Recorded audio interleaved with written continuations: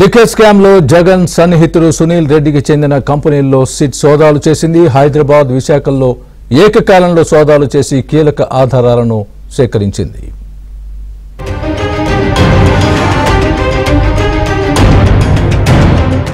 జగన్ సన్నిహితుడైన నర్రెడ్డి సునీల్ రెడ్డికి చెందిన కంపెనీలపై హైదరాబాద్, విశాఖలో సిట్ ఏకకాలంలో సోదాలు చేసింది.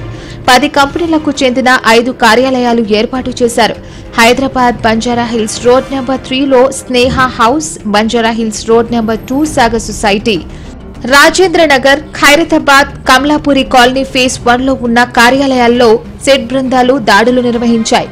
విశాఖ వాల్తేరు రోడ్లో వెస్ట్ వింగ్ లో ఉన్న మరో కార్యాలయంలో కూడా సిట్ బృందం సోదాలు చేసింది.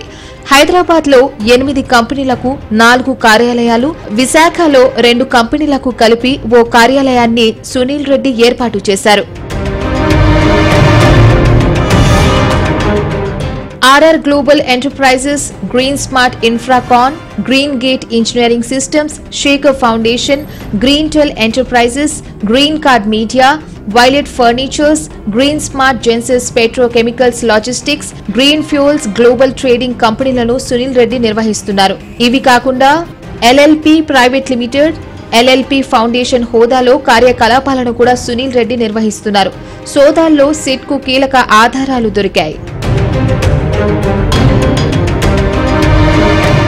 ఇందులో ఆర్ఆర్ గ్లోబల్ ఎంటర్ప్రైజెస్ పేరు ప్రముఖంగా వినిపిస్తోంది. సాక్షి మీడియాలో ఈ సంస్థ పెట్టుబడులు పెట్టిందని గతంలో సిబిఐ తెలిపిన అంశాన్ని సిట్ బృందాలు గుర్తు చేస్తున్నాయి.